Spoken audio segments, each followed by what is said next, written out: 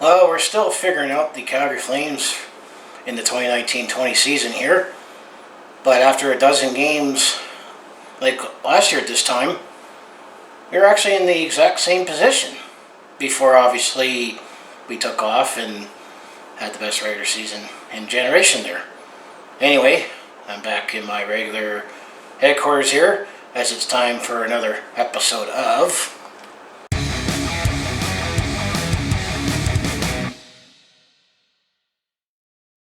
Hey there, it's Brett Hornby here. Welcome back to my YouTube channel here. Time for another episode of my Calgary Flames in 6 here. Season 2, Episode 3 here, as we've already played a dozen games in the 2019-20 NHL regular season here, and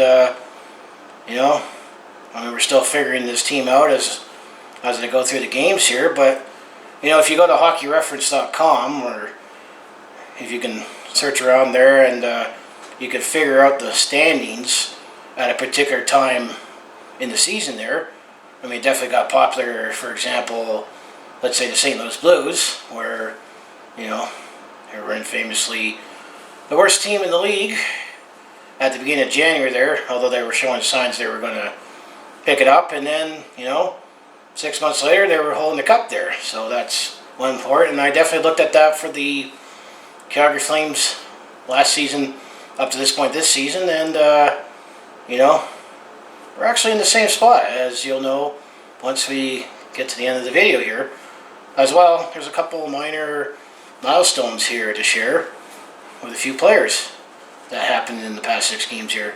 So I'll bring up my notes here, and of course, if you do everything I do on my YouTube channel, just make sure you hit like, subscribe. And last episode I was on the road in Valemount near Mount Robson, and I definitely captured a lot of short videos there, so there's definitely a lot of fresh scenery videos there, and I also do personal vlogs and the odd attempt at comedy in between here. So I'll bring up my notes here, and let's talk about the Calgary Flames, Games 7 to 12 here in the 2019-20 NHL regular season here. So if we go back to Game 7 here, this happened on Tuesday, October the 15th. The Calgary Flames were home against the Philadelphia Flyers here. It was a 7 p.m. puck drop at the Scotiabank Saddledome, and one of the minor milestones to mention here is Michael Frolik was playing in his 800th game, NHL game there. So congratulations. As you recall, Michael Frolik, he started his career with the Florida Panthers. He was a first-round draft pick, and I believe it was 2006 there. And then he eventually went on to the Chicago Blackhawks, including winning the Stanley Cup with them in 2013. And then he went to the Winnipeg Jets before, in July 1st, 2015, he signed here with the Calgary Flames as a free agent here. So how did Michael Frolik celebrate his 800th game, may you ask? He actually scored just a minute in. So Michael Frolik celebrated his 800th NHL game by scoring the opening goal here early, and then Andrew Mangiapane extended the lead just past the 14-minute mark to make it 2-0 for the Calgary Flames, and that's how things ended after the first period. It was 2-0 Calgary here. Second period, the Philadelphia Flyers did get on the board just after the 5-minute mark when Matt Niskanen scored, and it was 2-1, and that was pretty much the game going into the third period. That the Flames still had a 2-1 lead going into the third, and the Calgary was outplaying Philadelphia much of the game here, and featured a goaltending duel. We currently have David Rittich, but remember Brian Elliott? He's now with the Philadelphia Flyers. He actually looked pretty well in that game, all things considered. Brian Elliott definitely had an up and down season when he was here with the Calgary Flames, but he definitely didn't do so well in the playoffs and was expendable, and the Philadelphia Flyers actually gave Carter Hart a day off. Actually chose Brian Elliott over Cam Talbot, who, as you call, is here in Calgary. That's the goaltending duel here. Actually, there was no scoring in the third period until Elias Lindholm. He did put it away in the empty net with just 11 seconds left. So the Calgary Flames took this game by winning 3-1 here and keep the early home dominance alive here Calgary also outshot the Philadelphia Flyers 38-22 here. So David Riddick, he made 21 saves in the win. Well, Brian Elliott, he stopped 35 in the loss there, but I think he definitely had a strong game that it could have been more. So Calgary Flames start this segment off on a good note here. So Game 8, this happened 2 nights later on Thursday, October the 17th. We were taking on the Detroit Red Wings at home here. Another Original 6 team here. 7 p.m. puck drop at the Scotiabank Saddledome here. And Detroit Red Wings, they're definitely on a rebuild right now, but I figure they're slowly, going on the right path here. And now they got their legend, Steve Yzerman, as general manager. The job he did in Tampa Bay. I think there'll be better days for the Detroit Red Wings once again, but not on this night, as this also ended a quick 2-game homestand here, as Andrew Mangiapane scored at the 11-minute mark to make it 1-0 for Calgary, and that was the game after the first period, 1-0 there. Second period, Detroit did press back a little. However, Elias Lindholm did put Calgary up 2-0 just before the midway point of the second period there. However, don't blink, because Darren Helm of the Detroit Red Wings scored with 18 seconds later to make it a 2-1 game, and that was the game going into the third period, as Calgary had a lead of 2-1 here. However, Calgary did ultimately put away the Detroit Red Wings in the third period here, as they had a strong period as they were getting goals from Sam Bennett, Derek Ryan, and Mark Giordano, the reigning Norris Trophy winner, all in the span of about 5 minutes from the 3.5-minute mark on. So Calgary scored 3 goals in a 5-minute span there to make it a 5-1 game. And Calgary won this one 5-1 here before making their way to California here. And one thing to note here, though, is Darren Helm. He also got on the score sheet, not necessarily the way you want to. I mean, he did score the Detroit Red Wings goal. However, he took a misconduct for slashing Elias Lindholm late here. Ultimately, what happens, Elias Lindholm was fine after the game. I mean, he was out after the game, and Darren Helm took a fine, but that is what happened at that game here.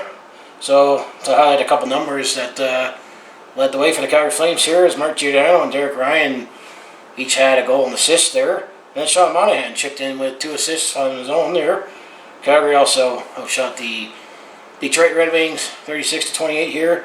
Dave Riddick was strong with 27 saves, while Jimmy Howard for the Detroit Red Wings made 31 saves here. So Calgary looked pretty well against 2 teams that I'd say one team is in flux, the Philadelphia Flyers, and I think they had a really bad start, which is why they missed the playoffs there. And then Detroit, they're rebuilding here, so I think we're going to have a bigger test here as we go later in the segment here.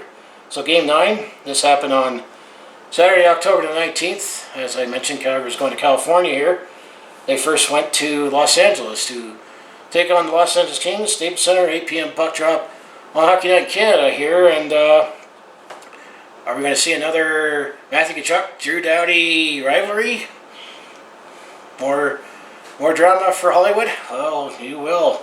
As like the previous matchup, though, I mean, are the Kings a bad fit for the Flames this year? Because we looked flat again. And I think just like the first game, Tyler Toffoli scored just in the opening minute. So right away, Tyler Toffoli scores for the Los Angeles Kings. And it made it 1-0 Los Angeles there. And it was a 1-0 game after the first period there. However, it could have been worse, because I think the Los Angeles Kings definitely looked like the better team on this night. Second period, the Los Angeles Kings continued their royal onslaught here, as Jeff Carter puts them up 2-0, 16 seconds in. So 2 quick goals early there is pretty demoralizing when you barely just get out on the ice for the period there. Then Anze Kopitar, I mean, he's definitely one of the King greats there, and I would dare to say he's a future Hall of Famer at the 5.5-minute mark. And then Ilya Kovalchuk, I think he suddenly found a little more scoring touch early in the season after spending a couple seasons in the KHL. So when you add in Jeff Carter, Anze Kopitar, and Ilya Kovalchuk here, just before the 9-minute mark, it was 4-0 for the Los Angeles Kings. And it stayed that way going into the third period there. After after the second period there, even this is a back-to-back situation here, because the next game will be the next night here. Dave Riddick did start on this game, but he eventually got replaced by Cam Talbot in the third period, and maybe this was a good way to get Cam Talbot some time and get his head in the game before the next game here, but it was kind of necessary just to change things up here and hopefully change the pace here and maybe turn things around. However, that didn't happen, as there were definitely a lot of physical play on both sides here, and things definitely boiled over in the third period. As about the midway point, I opened up with the Drew Doughty, Matthew Tkachuk drama here. Well, Drew Doughty did a low hit, and it was legal on Matthew Tkachuk here, but then Matthew Tkachuk snapped and fouled on Drew Doughty, and then eventually Tyler Toffoli came in the scrum, and Mark Giordano made sure he said, "No, you're not going to touch Matthew Tkachuk here." However, Matthew Tkachuk and the Flames were definitely frustrated here. Ultimately took a game misconduct penalty here, so I'm going to say early in the season, I'm going to give Drew Doughty another victory in the rivalry here, because he got the last laugh in the game a couple weeks ago and got the last laugh here. Let's wait for December 7th. That's the next time the Flames and Kings will be playing here. However, after this, Drew Doughty still made an impact in the game that kind of led to the next play here, as Michael Backlund, who took a penalty late in the third period there, just got out of the penalty box, and Drew Doughty tripped him up. However, was awarded a penalty shot here, and Michael Backlund scored his first of the season on a penalty shot here just before the 18-minute mark to spoil the shutout here. So at least the Calgary Flames got on the board in this one, but unfortunately it was way too little too late here, and the Kings definitely had the better play here, as the Los Angeles Kings once again defeat the Calgary Flames 4-1 here, and the Los Angeles Kings also outshot the Calgary Flames 26-24, including 20-4 in the second period alone here. So definitely wasn't the night for the Flames here, and you almost got to wonder, Kings look like they're a bad fit for the Flames right now. Who stood away? Well, for the Kings, Jeff Carter actually was the only game with a multi-point game with a goal and assist here. Jonathan Quick, who was in net for the Los Angeles Kings, had 24 saves in the win here, or 23 saves in the win here. And Dave Riddick, he made 24 saves in 2 periods in the loss there, faced all 4 goals there. Cam Talbot came in the third period in relief, made 8 saves and stopped them all here. So the next game, well, Sunday, October 20th, the Calgary Flames who are taking on the Anaheim Ducks at the the Honda Center, 7 p.m. puck drop here. It's definitely the dreaded Honda Center here, because wins haven't come very often in this building for these guys. However, another player who was celebrating a milestone in terms of games played is Milan Lucic. This game marked his 900th NHL game here. As you call with Milan Lucic, he started his career with the Boston Bruins, including winning the Stanley Cup in 2011 there, and a couple of games ago, Michael Frolik had his 800th game there, while Michael Frolik and the Chicago Blackhawks beat the Bruins in 2013 there. But then after spending time with Boston, Milan Lucic spent 1 year with the Los Angeles Kings, and then he signed that huge contract that's not paying off for the Edmonton Oilers, where he paid off the first year, and then he got traded here in the offseason with the Calgary Flames when we unloaded James Neal there, and I'm sure I might make a better video talking about that situation here. But Milan Lucic, congratulations on 900 games, and it's looking good in Flames colors so far here. However, also the note here is that we also called up Alan Klein from the Stockton Heat here, as Sam Bennett and Andrew Bongiapane had some minor injuries there and weren't in the lineup here. However, in the first period, there was no scoring to report here. However, both teams, they looked tentative, but it was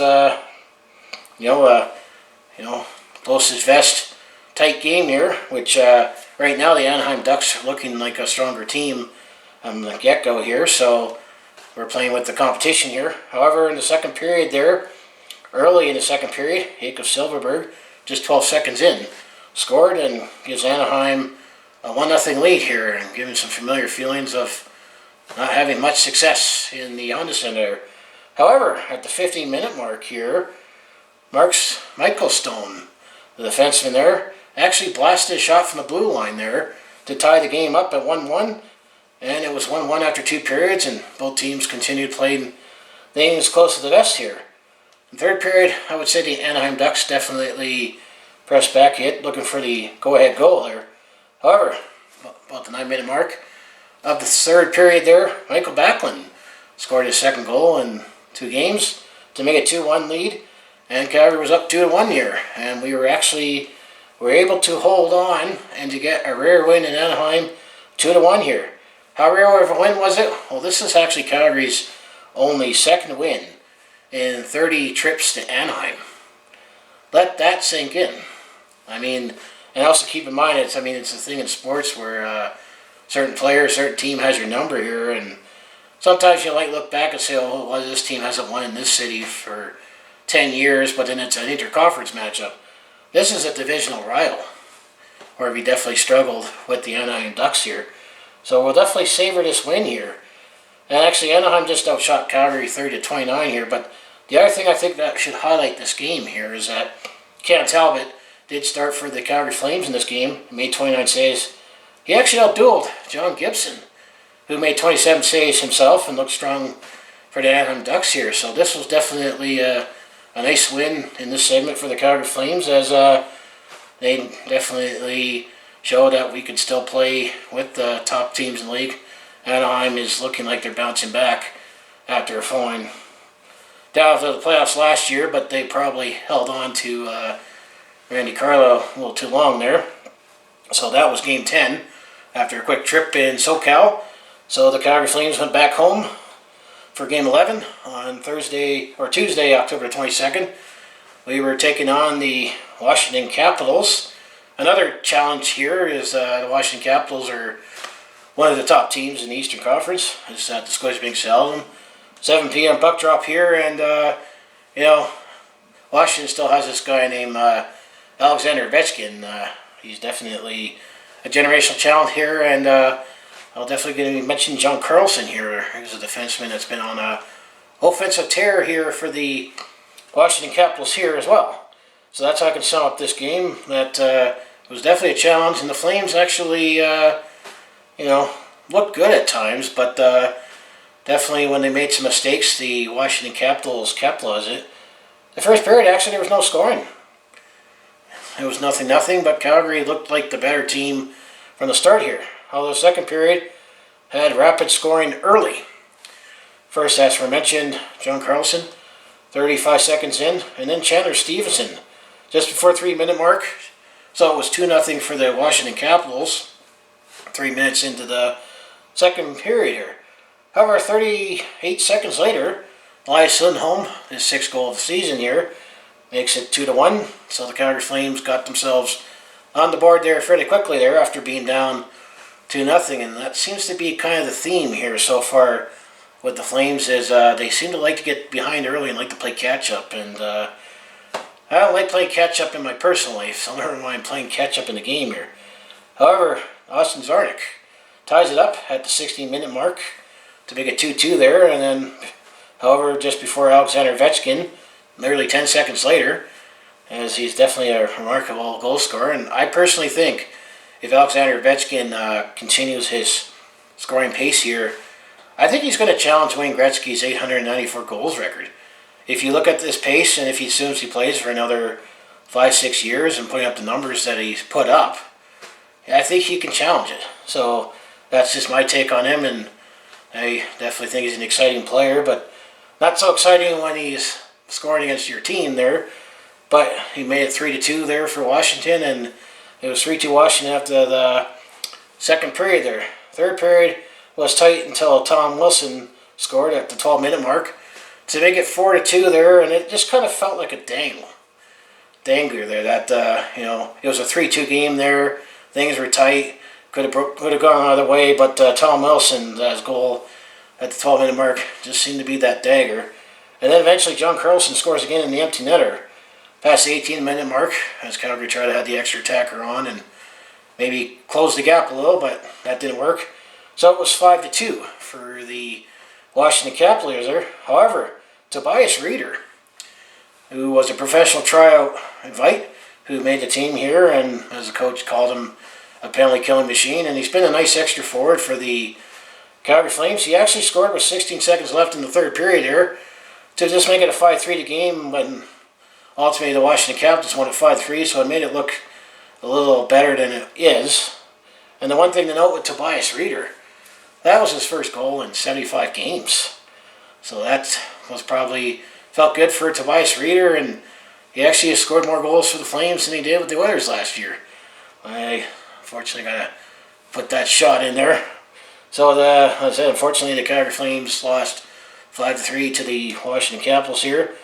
Washington was led by John Carlson, who had 2 goals, and he actually became the 4th defenseman in NHL history to record 20 points in the month of October here. So John Carlson right now looking like he's not likely going to, I don't think he's going to be in the Art Ross conversation.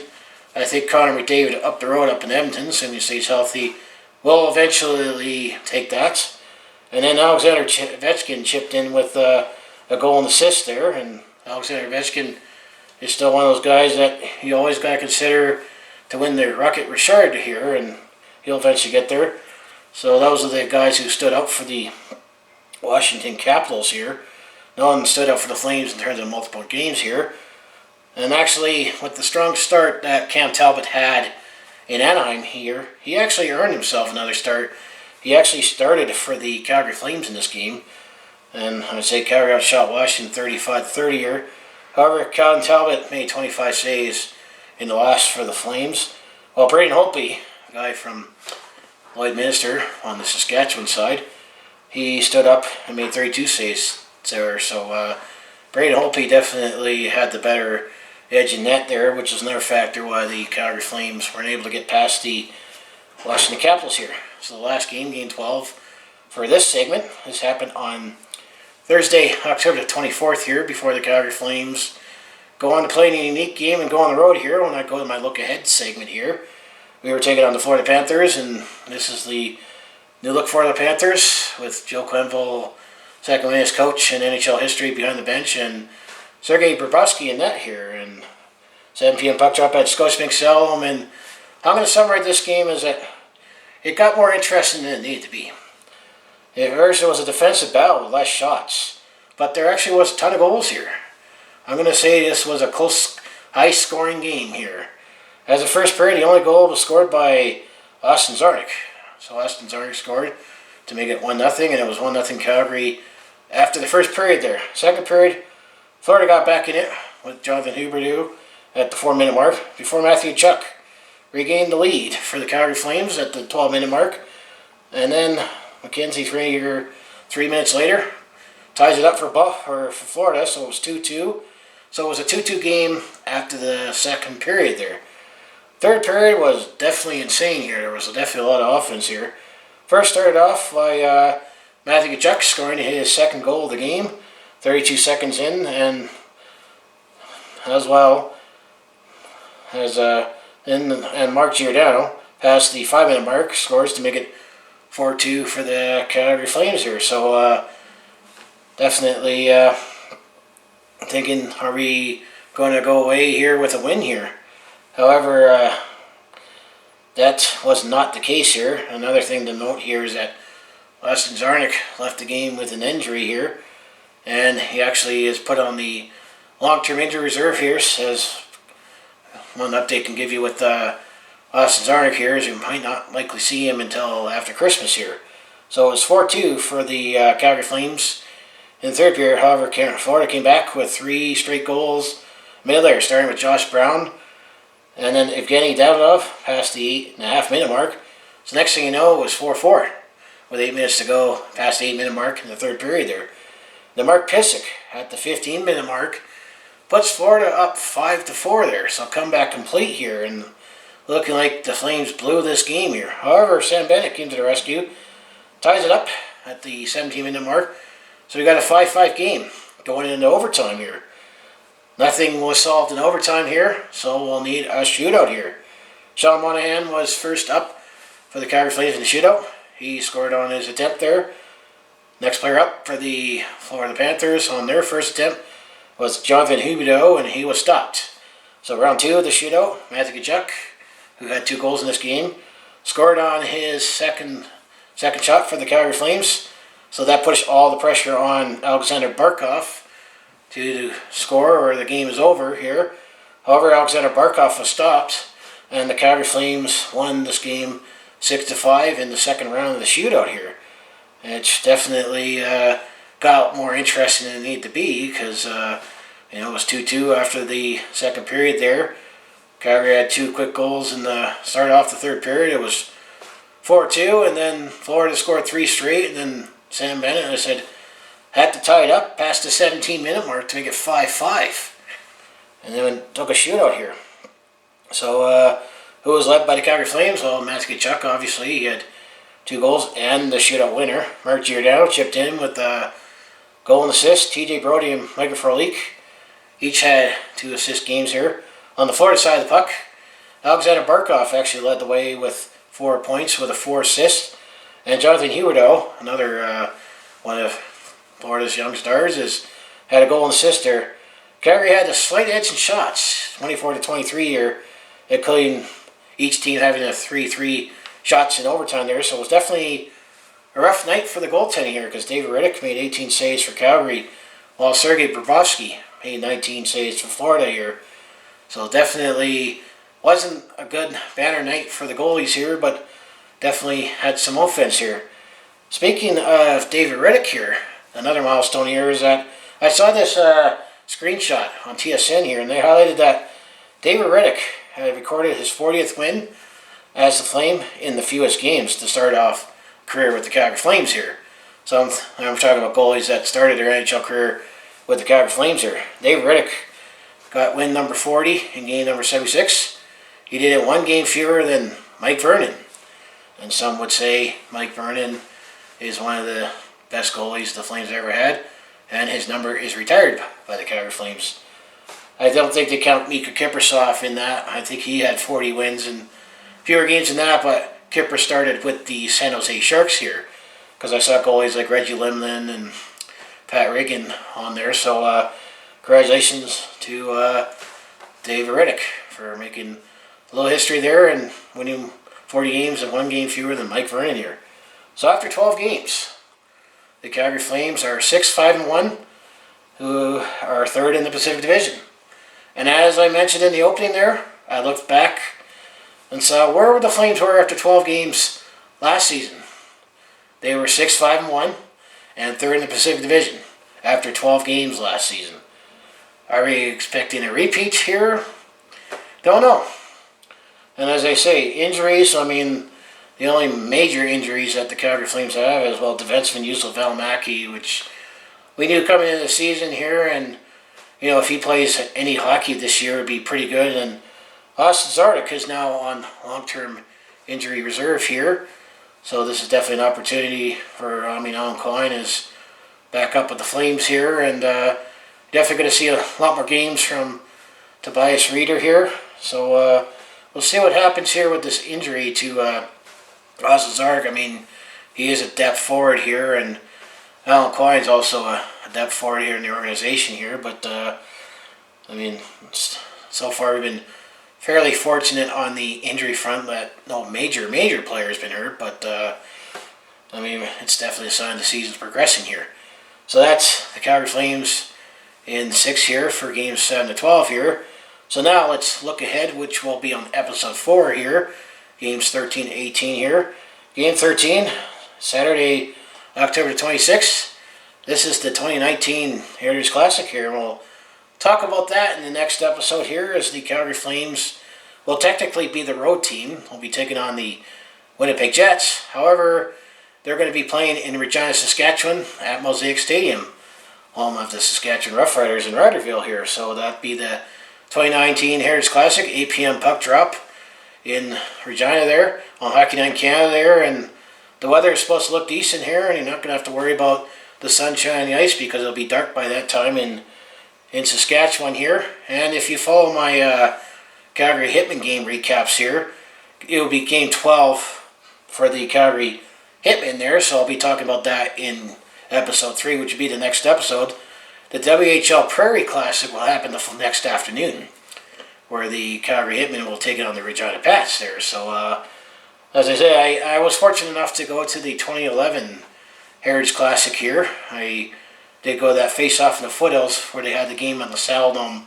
The game happened on the Friday of Family Day long weekend, where I watched the Abbotsford Heat taking on the Oklahoma City Barons at the time. It was the Flames Oilers farm team at the time. I wasn't able to go to the alumni game, and I heard there's no alumni game with this Heritage Classic because actually the next week Saskatchewan's going to need their home back for the Saskatchewan Roughriders final game of the CFL regular season there.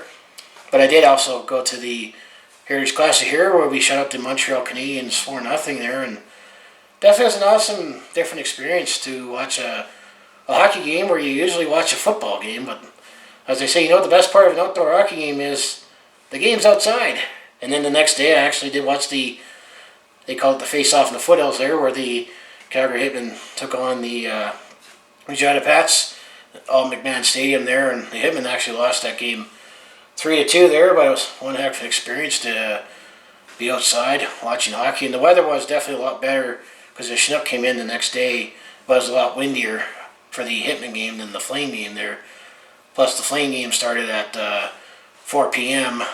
local time in Calgary in February, when I usually sit on the east side at McMahon, but I was actually on the west side, so it was definitely much cooler there. But it's one heck of an experience if you guys ever get to go to an outdoor hockey game here, and it's definitely fun for the players, and Mark Giordano and Michael Backlund. I know those are two guys that were part of the 2011 Heritage Classic there. So we'll see. At the time, TJ Brody, I watched him play with the Abbotsford Heat at that time. So that was Game 13. So I'll talk plenty about the Heritage Classic in the next episode here. And then that starts their road trip here. As on Game 14, Tuesday, October 29th, the Calgary Flames will be in Raleigh, North Carolina at the PNC Arena. Take on the Carolina Hurricanes. So we're still enjoying our former Hurricanes with Bill Peters being the head coach, and Elias Lindholm, Noah Hannafin, and Derek Ryan. Although it's just going to be Dougie Hamilton, and he's still been a nice fit for them. As you recall, Michael Furlan signed with Vancouver as a free agent, and Adam Fox got traded to the New York Rangers there. So that's Game 14. Game 15, the Calgary Flames will, on Thursday, October 31st, also known as Halloween, will be taking on the Nashville Predators at the Bridgestone Arena, 6 p.m. puck drop. What a name to take on a team on Halloween, the Predators. And then Game 16, Saturday, November the 2nd, the Calgary Flames will be taking on the Columbus Blue Jackets at the Nationwide Arena, 5 p.m. puck drop here. And then Game 17, Calgary is still on the road here. Sunday, November 3rd, the Calgary Flames will be taking on the Washington Capitals again, this time in Washington at the Capital One Arena. 5 p.m. puck drop, and by the way, all the times I give is all Mountain Time. And then on Tuesday, November the 5th, the Calgary Flames finally get to go home here to take on the Arizona Coyotes, and that's a 7 p.m. puck drop here. So they'll sum up the next 6 games here as Calgary will have fun and a unique experience taking on the Winnipeg Jets in Regina at the Mosaic Stadium there. I'm going to be curious on which side is going to get more support, knowing that when it comes to football here, the Calgary Stampeders and the Winnipeg Blue Bombers are generally the most hated rival teams for the Saskatchewan Roughriders here. However, when it comes to hockey, who's going to get better support? I mean, Winnipeg's technically the home team here, but Winnipeg is still a 6-hour drive east from Regina here, and it's about a 7.5 hour drive east from Calgary to Regina. So it's quite some distance there, and it definitely would have been one heck of a sports weekend if I could have done it, because the night before, the Calgary Stampeders were in Winnipeg to play the football game there. So, yeah, that's looking ahead here, and that's my Calgary Flames in 6 here.